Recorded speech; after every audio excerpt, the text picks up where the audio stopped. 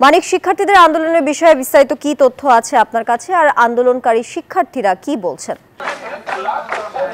তানিয়া, ধন্যবাদ আপনাকে। আসলে চতুর্থ দিনের মতো গড়িয়েছে কারমাইকেল বিশ্ববিদ্যালয়ের শিক্ষার্থীদের 27 দফার যে আন্দোলন, সে আন্দোলন আজকে চতুর্থ দিন। আজকে তারা কমপ্লিট শাটডাউন ঘোষণা দিয়েছে। তারা বিশ্ববিদ্যালয়ের ফটক আপনি দেখতে পাচ্ছেন বন্ধ করে দিয়েছে এবং তারা এখান থেকে তারা রেলপথ এবং সড়ক পথ অবরোধ করবেন, কিন্তু বিপুল সংখ্যক সেনাবাহিনী ও পুলিশ মোতায়েনের কারণে তারা রাস্তায় বসে পড়েছে।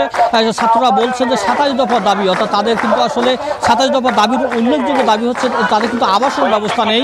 এছাড়া তাদের রাস্তাঘাট থেকে শুরু করে শিক্ষক সংকট, শ্রেণী কক্ষ সংকট থেকে শুরু করে সবকিছুর সংকট। একটু সংক্ষিপ্ত আকারে জানতে চাই যে 27 দফা দাবির মধ্যে উল্লেখযোগ্য দাবি আপনাদের কি, কেন আপনারা কমপ্লিট শাটডাউনে গেছেন, একটু বলবেন আমাদের?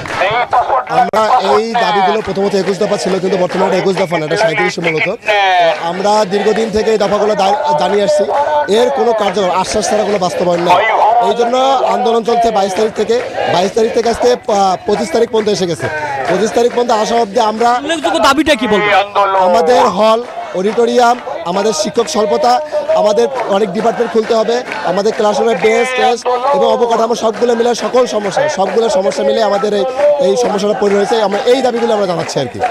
কথা বলছিলাম একজন শিক্ষার্থীর সাথে, তারা কিন্তু বলছেন যে তাদের অবকাঠামো সংকট, যে হল সেটি নেই, শ্রেণীকক্ষের সংকট, অনেক সংকটের কারণে কিন্তু সংকট সমাধানের দাবিতেই কিন্তু আজকে এই শিক্ষার্থীরা কমপ্লিট শাটডাউন হয়ে গেছে। তারা বলছেন যে কিছুক্ষণের মধ্যে এবং সড়ক অবরোধ করবেন এবং যতক্ষণ পর্যন্ত দাবি পূরণ না হবে, দাবি আদায় না হবে, তাদের বান্ডেল থাকলে প্রতি সেনমানিতে টাকা বাঁচবে।